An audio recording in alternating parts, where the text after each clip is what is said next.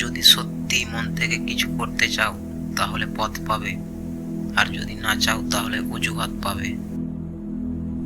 হে বীর, সাহস অবলম্বন করো, সদর্পে বলো আমি ভারতবাসী, ভারতবাসী আমার ভাই। এই বাণী মৃতপ্রায় জাতির কর্ণে যিনি শুনিয়েছেন তিনি ভারত আত্মার মূর্ত প্রতীক বীর সন্ন্যাসী স্বামী বিবেকানন্দ।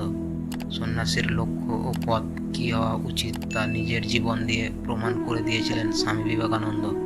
সন্ন্যাসীরা আগে নিজের মুক্তির জন্য জপ ধ্যান আর তপস্যা করত। বিবেকানন্দ বলেছেন নিজের মুক্তির জন্য নয়, মানুষকে সেবা ও মানুষের মুক্তির জন্যই সন্ন্যাসীর জীবন হওয়া উচিত। প্রেমের ঠাকুর শ্রীরামকৃষ্ণের প্রিয়তম শিষ্য স্বামী বিবেকানন্দ ভারতের গৌরব সূর্য, তার জন্য সমগ্র ভারত তথা পৃথিবী আলোকিত। স্বামী বিবেকানন্দ 1863 সালের 12 জানুয়ারি কলকাতার সিমলা অঞ্চলে দত্ত পরিবারে জন্মগ্রহণ করেন। তার শৈশবের নাম ছিল বীরেশ্বর বা বিলে। পিতার নাম বিশ্বনাথ দত্ত, মায়ের নাম ভুবনেশ্বরী দেবী।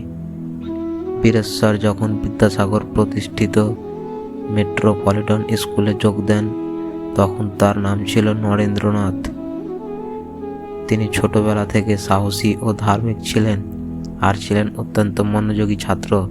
ঠাকুর শ্রীরামকৃষ্ণের শিষ্য পদ গ্রহণ করে তিনি হলেন বিবেকানন্দ, আনন্দ ও বিবেক বৈরাগ্যের মূর্ত ভাব বিগ্রহ। শৈশবে নরেন্দ্রনাথ অত্যন্ত দুরস্থ ছিলেন। শিব নাম উচ্চারণে তিনি একবারে শান্ত হয়ে যেতেন। ধ্যানের নেশা, ব্যায়াম, খেলাধুলা এবং সঙ্গীত চর্চার প্রতি বিশেষ আকর্ষণ ছিল। প্রথম বিভাগে এন্ট্রান্স পাস করে প্রথমে প্রেসিডেন্সি কলেজে ভর্তি হন, তবে ম্যালেরিয়ার প্রকোপে ডিসকলেজিয়েট হওয়ার পর এই কলেজ ছেড়ে তাকে ভর্তি হতে হয় জেনারেল অ্যাসেম্বলিজ ইনস্টিটিউশনে, যা এটি এখন স্কটিশ চার্চ কলেজ নামে পরিচিত। 1881 খ্রিস্টাব্দে FA এবং 1884 খ্রিস্টাব্দে BA পাস করেন। BA পাস করার পর নরেন্দ্রনাথ আইন পড়ার সংকল্প করেন।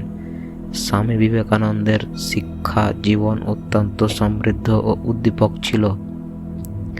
তিনি নবজাগরণের আলোকে মানবতার প্রতি নতুন আলোকিত দিক দেন।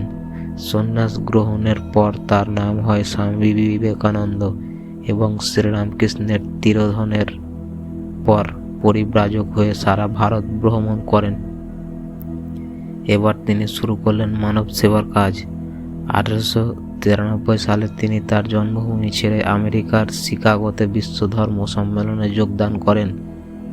ভারতীয় ধর্ম ও দর্শনের কথা বলেন। শ্রীরামকৃষ্ণের যত মত তত পদ বানিয়ে ব্যাখ্যা করলেন।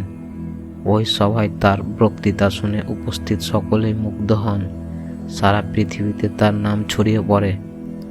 বহু বিদেশি তার শিষ্যপদ গ্রহণ করেন। দেশে ফিরে এসে তিনি গড়ে তোলেন রামকৃষ্ণ মিশন। মানব সেবার জন্য বেলুর মঠ রামকৃষ্ণ মিশন প্রতিষ্ঠা করলেন। নিজের মত প্রচারের জন্য তিনি উদ্বোধন পত্রিকা প্রকাশ করলেন এবং একে একে তিনি লিখলেন অনেকগুলো বিখ্যাত গ্রন্থ। তার লেখা বিখ্যাত গ্রন্থগুলি হল বর্তমান ভারত, কথামৃত, কথামালা ইত্যাদি। 1902 খ্রিস্টাব্দে বীর সন্ন্যাসী অমৃত ধামে যাত্রা শুরু করেন।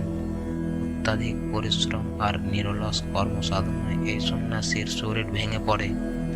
অবশেষে 1902 সালের 4 জুলাই মাত্র 39 বছর বয়সে এই বীর সন্ন্যাসী বেলুর মঠে চিরনিদ্রায় অভিভূত হন। স্বামীজির জন্মদিন সারা ভারতবর্ষে জাতীয় যুব দিবস হিসেবে পালিত হয়। তিনি কেবল জগতে হিন্দু ধর্ম প্রচার করেননি, ভারতকে তিনি দিয়ে গেছেন একটি নতুন ধর্ম। এই ধর্মের নাম সেবা ধর্ম। তার বাণী শিবজ্ঞানে জীবের সেবা। ভারতের ইতিহাসে সমাজ সেবার এক নতুন অধ্যায় রচনা করেছিলেন তিনি।